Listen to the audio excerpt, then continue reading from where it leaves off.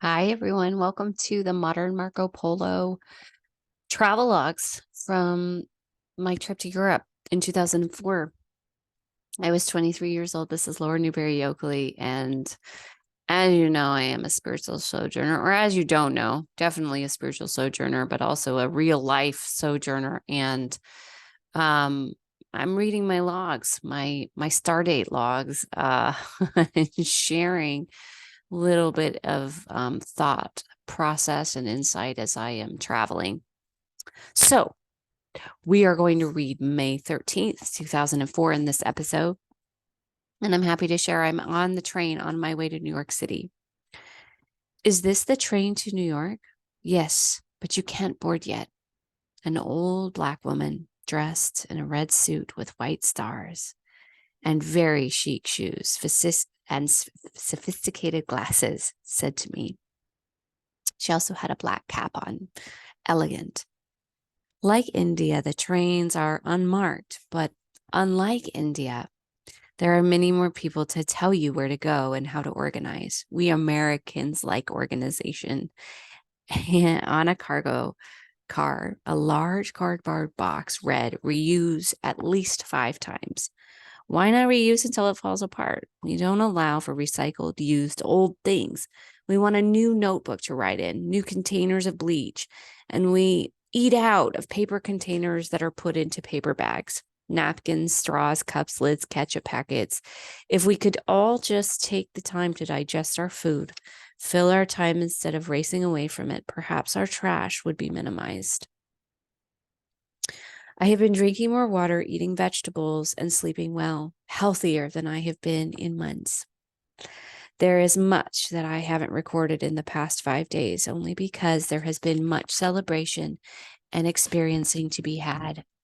Going to Worcester was incredible. So you listen to May 8th episode of my travel logs, you'll see that I am going back to the College of Worcester for 2004 graduation. I graduated in 2003, and I'm going back to watch my friends who graduated a year after I did.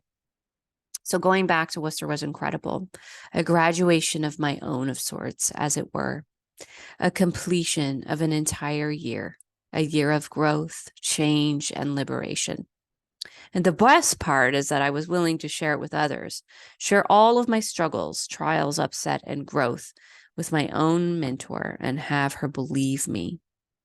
Have her know that suffering does end, and she can believe that. Wrapped in a beach towel, snuggled on wooden patio chairs, she and I talked long into the night about depth.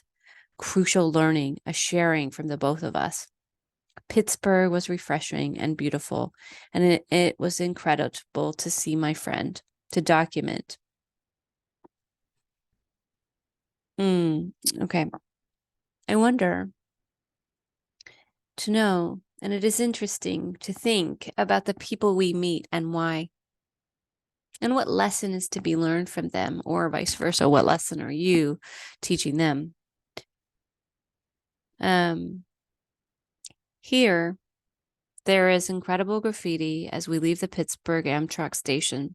Sam, my brother, is teaching me much about hip hop, and I truly respect it as a lifestyle, yet it seems to be an outlet for hard times, or as it, at least that's how it originated before it was overtaken by mass and elite record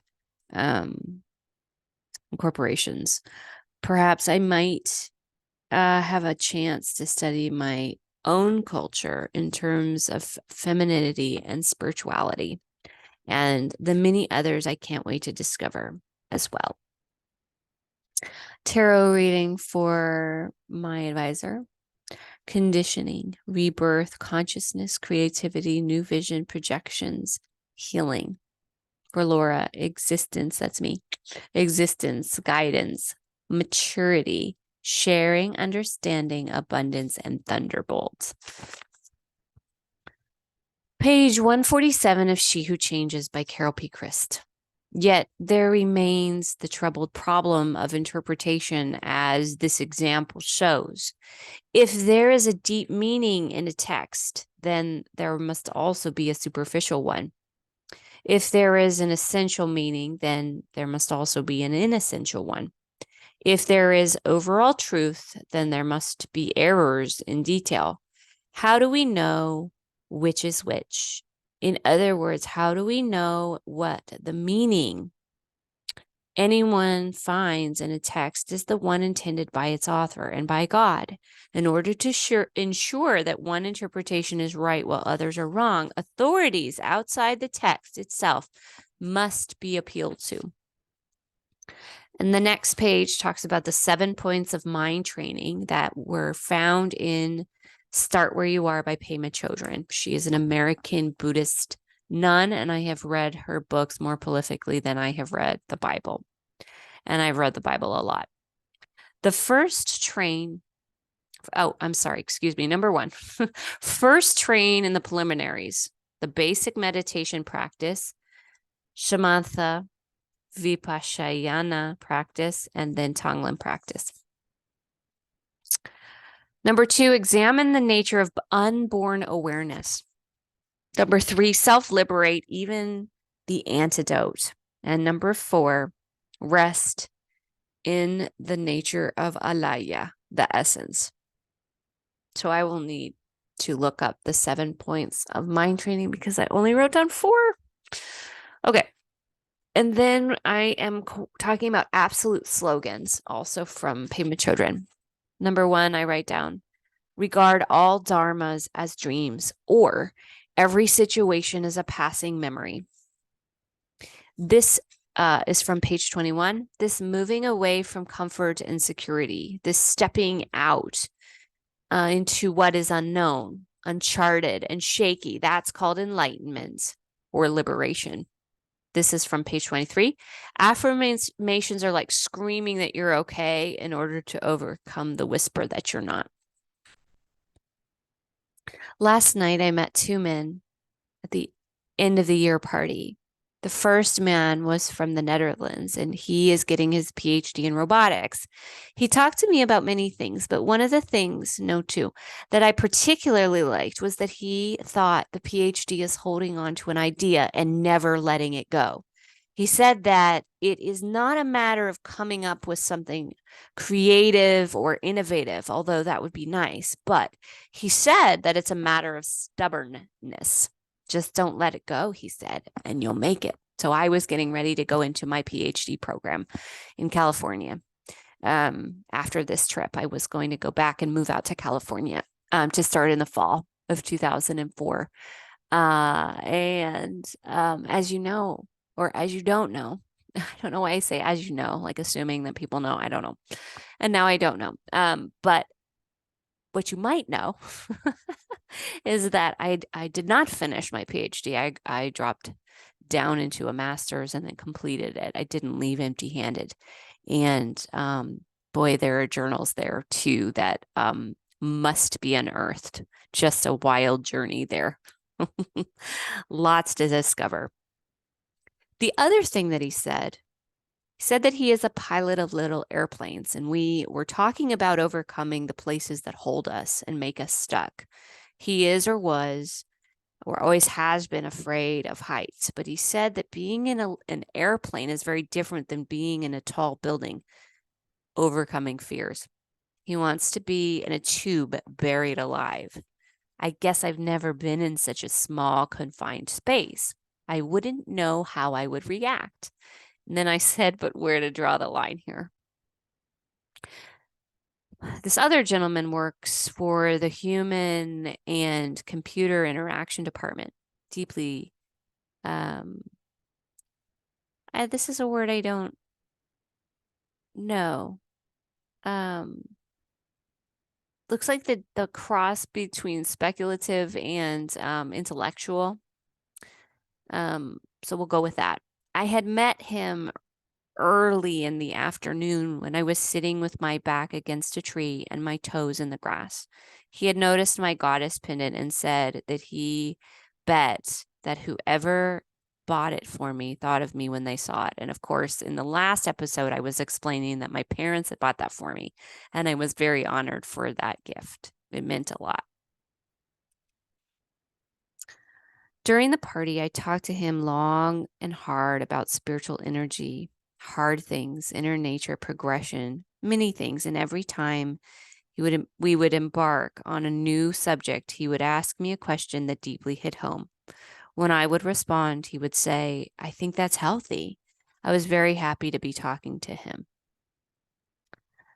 But why must attraction and picking me up, I'm using quotations around those two things, be introduced into the framework at all? I can't understand why a deep conversation must link to that or lead to that. It takes away from the spiritual aspect. And then I would say to this passage here that that spirituality and sexuality could be the very same thing. And so that very well could lead to a physical manifestation of that. So it's interesting. So then I'm talking about speaking Hindi to a gentleman near the universities, and I'm saying that I did pretty well. In either case, he was impressed. So I had just taken a semester at the University of Colorado in Hindi. And then when I lived in India for 3 months in 2003, I took Hindi classes there as well. So I was pretty conversational. I could read and I could understand a lot at that time. So it was nice to speak in Hindi. And this person I'm talking to really answered a lot of my questions, filling in words and such. Perhaps my luck might help me find a place or a person to use and improve my Hindi. And then I said I ate really good Indian food lots and lots of times. I walked a lot, slept hard, and I said that I am living fully. Now it says I am sitting on a dark train in Philadelphia waiting to be on my way. A woman from India is just gossiping about her phone interview that she just had, but she's not speaking in Hindi. She's either speaking in Tamil or an indigenous language. And here's my question now. How did I know that she was talking about her interview? I don't know. Anyway, so then I also spent some time talking to a Black man from Philadelphia. I did say beautiful Black man here, so apparently he was very good looking. We were talking about the difference between smarts from school and smarts from the street. He's 25 and works as a forklift driver. He's very easy to talk to, and he told me that he had been shot in the left leg when he was in high school.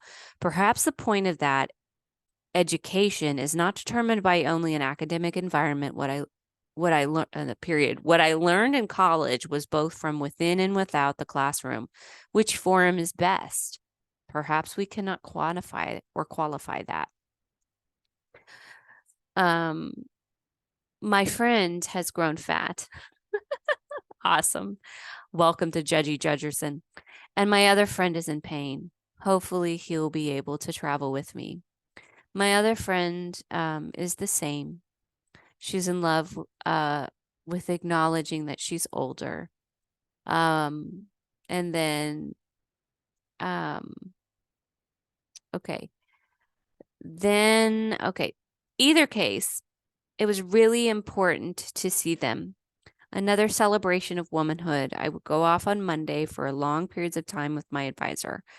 I've grown past doing everything together. And moreover, I'm talking here about the fact that when I was a sophomore in college, I lived in Spain for 2 semesters. And so I was feeling that separation. And you can see me kind of trying to pull away from my college buddies, even though 20 years later, I'm still in touch. With one of them most frequently, and then I'm still in touch with many of them, but at least in this smaller cluster here. So I'm breaking away, and I feel that things were different, that we came together after a year, and that changes a lot of things for everyone, but we maintain our talks online, and that's truly special. I'm just acknowledging that change, but at the same time, things still seem so much the same great friendships. Isn't that neat? Time is particular that way, I suppose, and friendship endures. We had a stronger bond than usual this time. It's like the five of us are family. We are over any of the formalities of friendship or family, and then that family and friendship have merged. And then I say merge. And it feels exceptional. We had a Mother's Day dinner at a home in Ohio. What an openness, full of acceptance, absolutely lovely. Then came to Columbus, Ohio to see two of my friends. And then I have drawn a friendship wheel and I'm looking at the many different layers and the intimacy of those friendships. And I'm talking about that. And then I asked the question, why did you come back from India? And then it says, it was time to return and go to graduate school. Page 2 of Warrior of Light by Paulo Coelho is quoted here. All the world's roads lead to the heart of the warrior.